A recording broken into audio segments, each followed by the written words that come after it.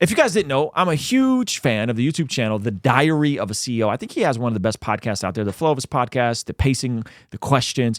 And he decided to have a conversation between two different gentlemen. One is named Gary, and he runs a YouTube channel, I believe, called Gary Economics. Another guy is named Daniel. He's an entrepreneur. Both of these guys are very wealthy.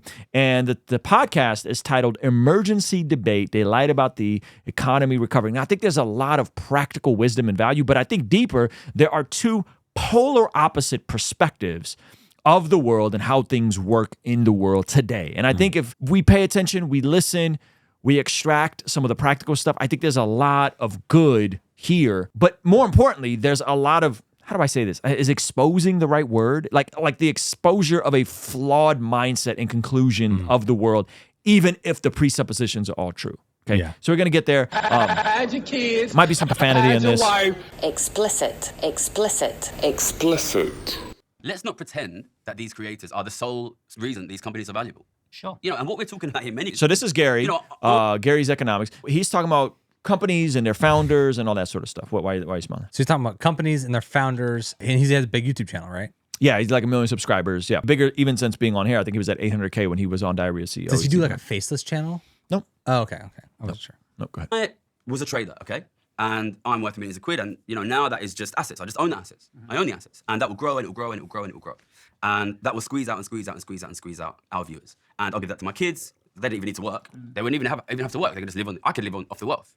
Is that what you want? Do you think there are any opportunities for people today? Like, if you're born into a poor family, Yeah. do you think it's possible that housing being, and we can both agree on that, but do you think there are new opportunities that didn't exist for our parents or grandparents, but they do exist for people today? This is a great question. Yeah. Are there new opportunities today? Now, there's all kinds of issues with the economy, the cost of housing, inflation. All of that is real. I can concede all of that. Let's just say whatever ism you're dealing with, the ills of capitalism, the ills of racism, the ills of fill in the ism, and I concede that ism. The question still remains, are there new opportunities for people? Yeah. Are there new opportunities for people? So Gary, who's a multimillionaire, best-selling author, trader, this is his answer. The reality is, for kids from poor backgrounds, it is almost impossible to realistically get even financial security, never mind wealth. But why do you think you could do it, I could do it, he could do it, but you don't think other people could do it? Well, the first thing is I'm 38 now, so I'm not a kid nowadays. Listen, I won every maths competition I've ever been in. You know, I mean, since I was a little. So he points out we all grew up poor. Yeah. We all can do it. Yeah. You're telling people it's impossible to do it today because success and building wealth and building anything, it's a zero-sum game. He even said it's impossible to reach financial stability. Financial stability. More so than wealth. Mm-hmm. It's like he doesn't even think you could get on a Dave Ramsey plan. Mm-hmm. Goodness gracious. Kid, I didn't even have a desk in my house. You know, I was one of the top students at LSE. And I still had to win my job by cheating in the card game. You know, that's the world that we live in. I don't think that's a very replicable strategy. And it's very easy for people like us who've made money to say, oh, we did it, aren't we great? Go out and, you've said that you think if young people go and work in the tech business, they can get financial security. If it was that easy, they'd all be doing it. They're not idiots. Our viewers are not idiots. They're trying. They want to find the good opportunities and they work. Listen, they're I'm working not the one so saying hard. they're idiots. You're the one who says that they can't do it anymore. I see people do it all the time. Our viewers are not idiots. They're trying. I think people are genuinely trying. And I think most people genuinely work hard. 100%. That's not the issue. Yeah. The issue is the input of work into the task that they're doing. Yes.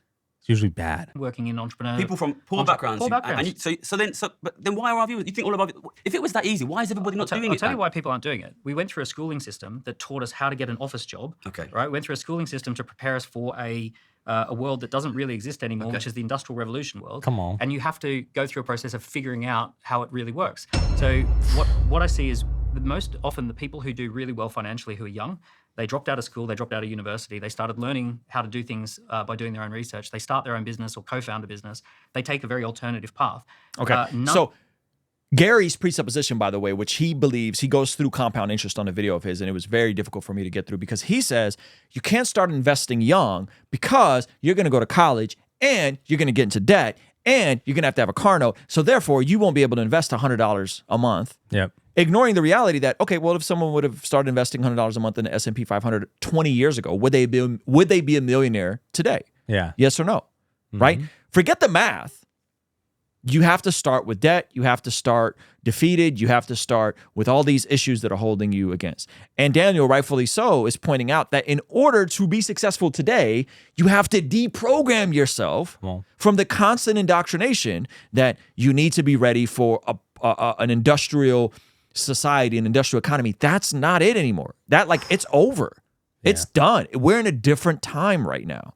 Right? And there's two things that are going to be successful. The trades, right? Because we're not automating plumbers anytime soon. Hello. Right? Who still make six figures. The trades, we're not automating electrical workers that climb the lines to make sure we all have power. Hello. And the people that work in some degree of tech, something connected to tech. Yep. Those are the two pathways forward. And there's a lot of folks that do jobs. There's a whole show about it, dirty jobs, right? Where people are making multiple six figures, because they do stuff that other people don't want to do. Yeah. Right? He's primarily going to focus on tech. None of that was taught to us at school. None of it's taught to us in normal society. We have a school system that manufactures people for a set of skills that are not particularly valuable anymore. And we also get them in debt for those skills. Come on. When people sidestep that and say, okay, I'm not going to get into university debt. I'm just going to go off and actually figure out how the world works. There's actually loads of opportunities. Right. Okay. So I guess we've sorted it then. All of our viewers need to do is go and buy Dan's book, become an entrepreneur, and become a millionaire. It's that easy. Now, I don't like this whole buy Dan's book because when they ask him what's his advice for young people later, it's going to be subscribe to my channel and let's overthrow the system. His right yes, here. Gary's advice. So it's the same thing. So it's the same thing. Now, here's the thing that I really dislike that he sidesteps. There's a difference in the journey that people are going through, meaning this. Some people are hardwired to be entrepreneurs. They're just built different. Other people are not that.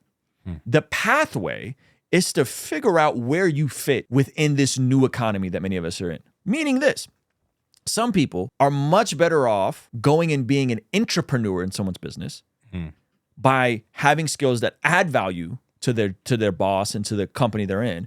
Instead of just consuming passively and doing mundane tasks, you're actually engaging and contributing to the overall bottom line of said business. That would be an entrepreneur.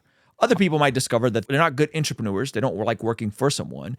They're solopreneurs. My buddy Nick D, solopreneur. Solo dolo. Doesn't hire anybody, doesn't like working with other people. He likes to do it himself. He feels like he'll get it done better himself faster and he's more satisfied with said tasks. So he does his thing in a way where he himself is the solopreneur. And then there's other people that are entrepreneurs of a team of 5 to 20 or 5 to 30, which is, by the way, I think the biggest growing businesses right now is like 5 to 30 businesses that do under 8 figures in revenue and they crush, right?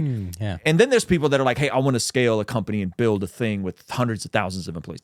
So there's an entire spectrum. But this idea that like you can just go to school, not really be taught any hard skills, just taught information, be programmed, and then come out and life's supposed to be easy. Like this ain't the 80s. Yeah. Like we're in a different time. Yeah. Go ahead.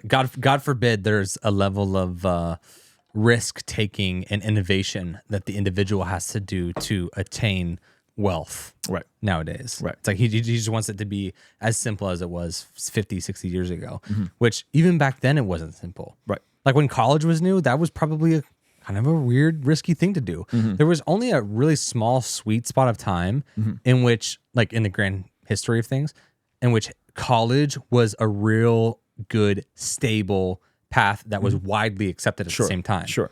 You know, there was like, it's like, oh, this is kind of risky. Maybe we should do it. They do it. It really pays off. Right. Then there's a part where it's not as risky and it still pays off.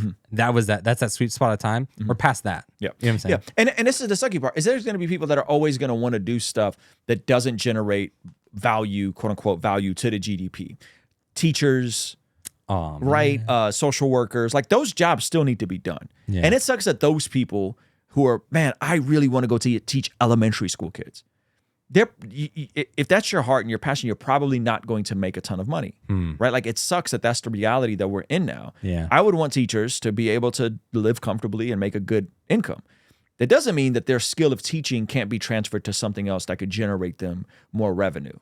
But if we're talking about those jobs still need to be filled, people still need to do that stuff, right? So it's not all about like economic value, but this conversation is fascinating. Why weren't you guys doing it to begin with? They're idiots. The viewers are idiots. They should be just being more entrepreneurial. It's as simple as that. More entrepreneurial, start a business. Listen, I come from East London, okay? My friends can't feed their kids.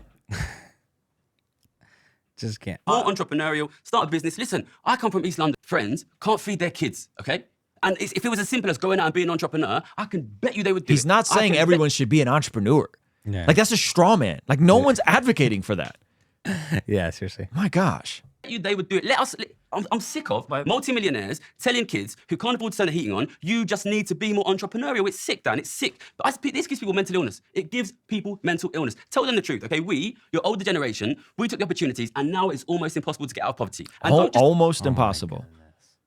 Yikes. Go ahead. It's main character syndrome. Oh, for sure. It's not like, luckily I was born in the one time in human history that people were successful. Right. It's like, you think your tiny little existence is the one time it was possible? Goodness gracious. Don't just stand up there and wave, your millions of pounds in front of them and say, if you were entrepreneurial like me, you could do it, you could have it. Because it's sick, because they can't. They can't feed their kids, Dan. They can't turn the heating on. Don't tell them to be more entrepreneurial. Fix the system that drives more and more and more of them into poverty every generation. I find it very strange that you think it would be easier to fix the entire global economic system than to start a business and fix your own personal economic. Run that line back. This is the issue with people who behave this way. Yeah. Is the conclusion is, if I concede all of your points, Yeah. it's still more practical to say, hey, want to be successful? Develop some useful skills Come on. that can solve people's problems, Yeah. and extend the amount of people you have access to so you can solve bigger problems. Come on. Like, that is a way more practical solution. Live below your means, Yep. work smart and hard. There it is. Yep. Right? Stay out of debt, get out of debt. And more of them into poverty every generation. I find it very strange that you think it would be easier to fix the entire global economic system than to start a business and fix your own personal economics. The thing that I know that gives people mental health issues is feeling that they have no agency in their life, that they can't do anything. Hello. Your video where you talk about if you don't have a rich dad, you're screwed. There's no such thing as meritocracy. You're never going to be successful. To me, if I had have come across your content at 19, 20 years old, I would have been screwed. I'm so glad that I came across people who said, Daniel, you weren't born into a rich family. You don't have any bank of mum and dad, but it's cheap and easier than ever to start a business. Start by working for someone who's got a business. Come on. Then figure out what's your opportunity. Come on. And there's a way. There is a way. I've actually worked with a lot of teenagers from poor backgrounds. And one of the things we do is we tell them, if it's possible for someone else, it is possible for you. That's right. Okay, so someone echoed in the comments, they said, entrepreneurship isn't for everyone, though. It's not for everyone. What's the punchline? Develop useful skills that solve real problems and extend the amount of people whose problems you can solve. And do that in a business. Make yourself valuable. Yes. And you could do that as a solopreneur. Yep. You can do that as an entrepreneur. You can do that as an employee. If you go to your boss, if you have skills and you're constantly learning and trying to develop yourself, and you go to your boss and say, hey, what can I do to help the overall bottom line of this company increase? Come on. What can I do day to day? How many employees are asking that sort of question? Right? And I think that's the part that, like, it's this fatalistic, woe is me mindset. Yeah. If we approach these sorts of things, then the needle moves. Hello. Go ahead, play some more of this. I also worked in rural Uganda with a charity that did work with the poorest of the poor. One of the most incredible things I ever saw was a woman who started out literally picking food out of a trash pile. And she was basically, they shared with her how to start a chicken business, which then ended up as a pig business, which then ended up as a cattle business. And she ended up hiring 15, 16 people in her local community. The power of entrepreneurship is that starting with nothing, you can actually make improvements. I'm not saying everyone ends up as a millionaire, and I'm not saying everyone ends up equal, but I'm saying you can make improvements in your life. And the thing that causes And he's talking about developing nations, Yeah. right? He's talking about developing nations, that this sort of stuff is possible. Now, here's another myth, and they get into the details with this. And by the way, Gary has no answers. As they say, hey, you keep talking about, like, you got to be born into a millionaire family, da-da-da. Did you know that, like, only 19% of wealth is actually transferred over generations? Yikes. Like, people throw out these numbers.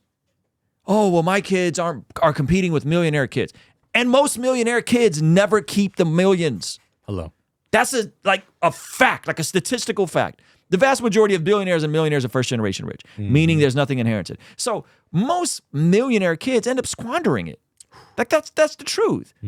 So you have a kid who's born into a rich family, and guess what? The thing is, they're still 18. They still don't have any useful skills. They still got to, and sometimes they're at a disadvantage just because their life is a little too cushy for them. Yeah. Life is a little too comfortable for them. Oof. You know what I mean? This is his advice for young people. I've got a question for both of you, which is if you are a young person and you're 18 years old now and that you're listening to this, but your objective really is an individualistic one. You want to get rich and you have a great future for you and your family, like all of us have been able to do.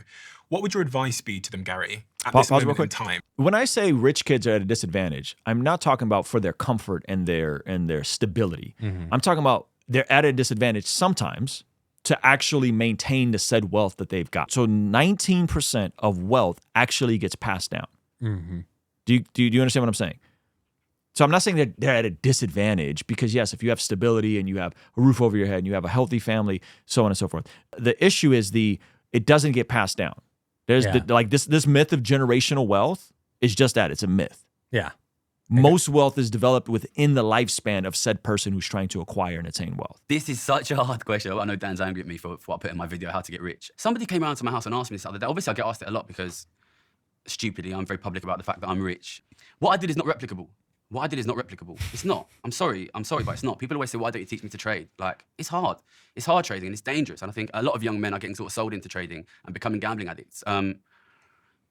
Work hard. And I wouldn't even say don't become an entrepreneur. I've never ever said these things. Work hard. If you think that you have an opportunity in tech entrepreneurship, go for it. Understand it's risky. I think that sometimes this message, just become an entrepreneur and you'll make it, is a bit dangerous because I think most people who try to become entrepreneurs fail. And I think it's super, super dangerous. The reality is... Okay, wait.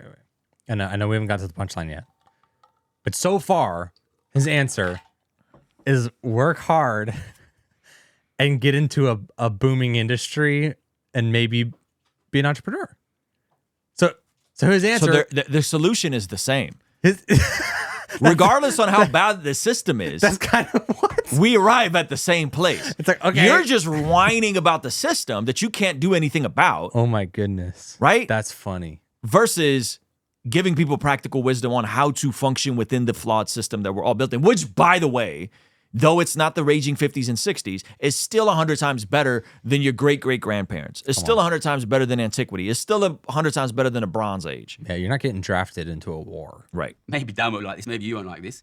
I think it is very, very difficult for a young man or a young woman from a poor family to become rich. And I think it's increasingly hard even to just get those basics of financial security. So, listen, obviously, reduce your spending if you can. Don't buy into this like Balenciaga bullshit. Stay away from that.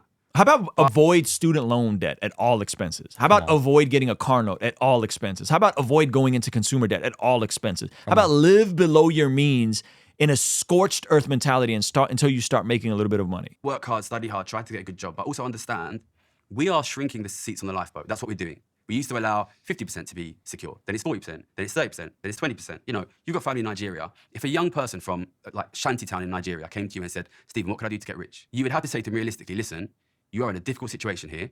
You need to work really, really hard. But if you are able to make enough money to support a family, be proud of yourself.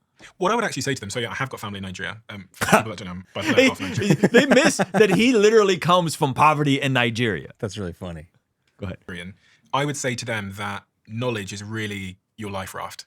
So obviously there's a big tech boom happening in Nigeria, which is liberating a lot of people from that situation. So I would try and tell them to get on the life raft that is like knowledge of this new revolution. So from Nigeria, you can learn to code. And then the great thing now is that we literally have, actually, this is quite interesting. We're building a tech company in San Francisco called Flightcast. It's live. Everyone can go look at it, flightcast.com.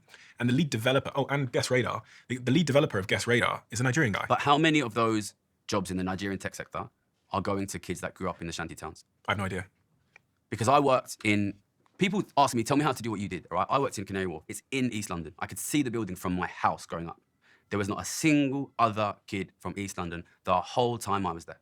Do you know, to Dan's point about this remote work revolution where like work now you can work from anywhere. And in our company Third Web, San Francisco, some of the staff that we now have are in the Philippines because they just have like great creatives there. It's obviously more cost effective.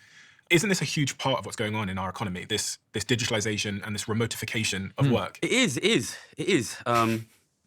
But I think for many people... This is also a response. They'll be presented with like, hey, by the way, only 19% of wealth is ever passed down to children. Hey, do you know that like if you just tax the rich, they'll just go live in Monaco and Dubai? Yeah, hello. You know what I mean? And he doesn't have answers for this sort of stuff. I'm sure you pay your workers in the Philippines very, very well. Most of these people, they used to have a half-decent wage in an office.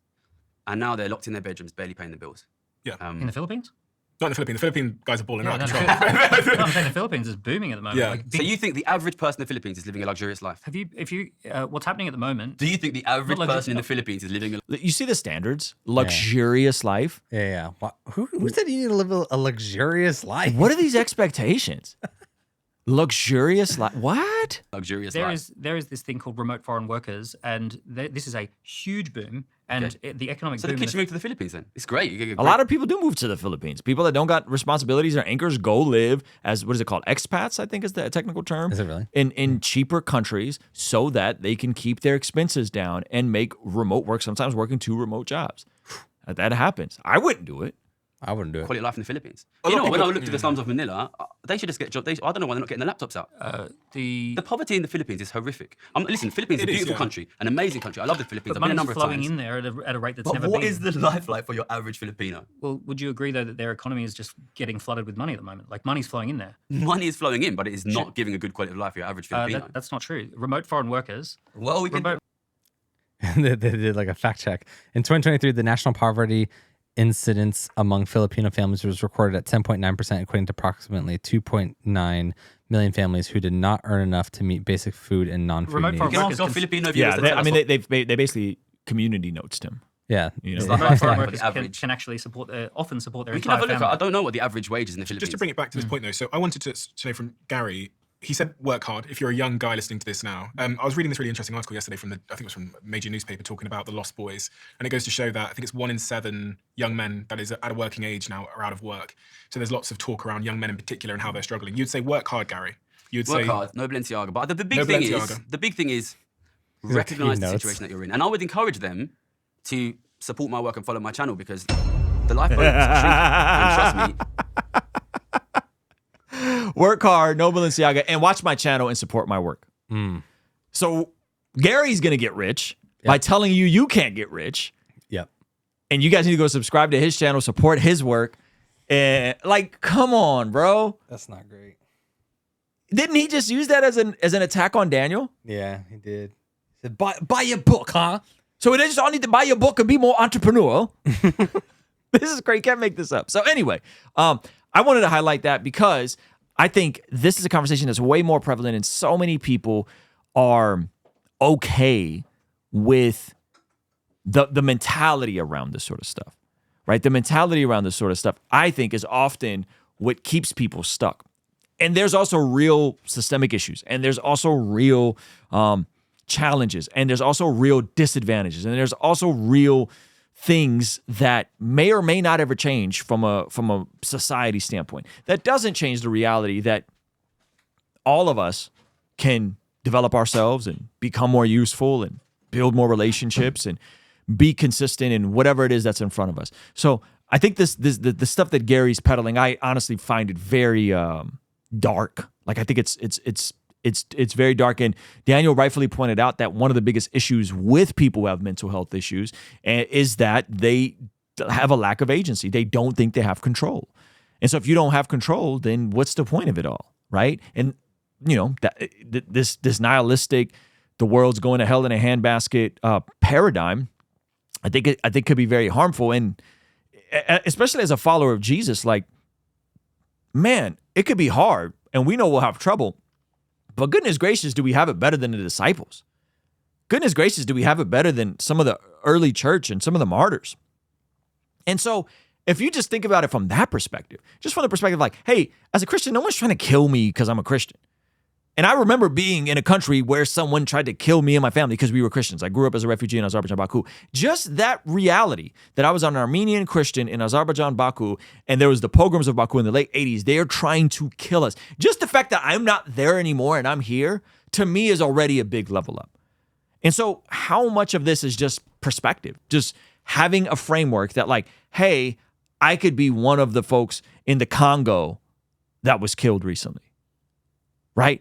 That's the sad part, man, is how much of this, and this then seeps into the church. This then seeps into people using verses out of context.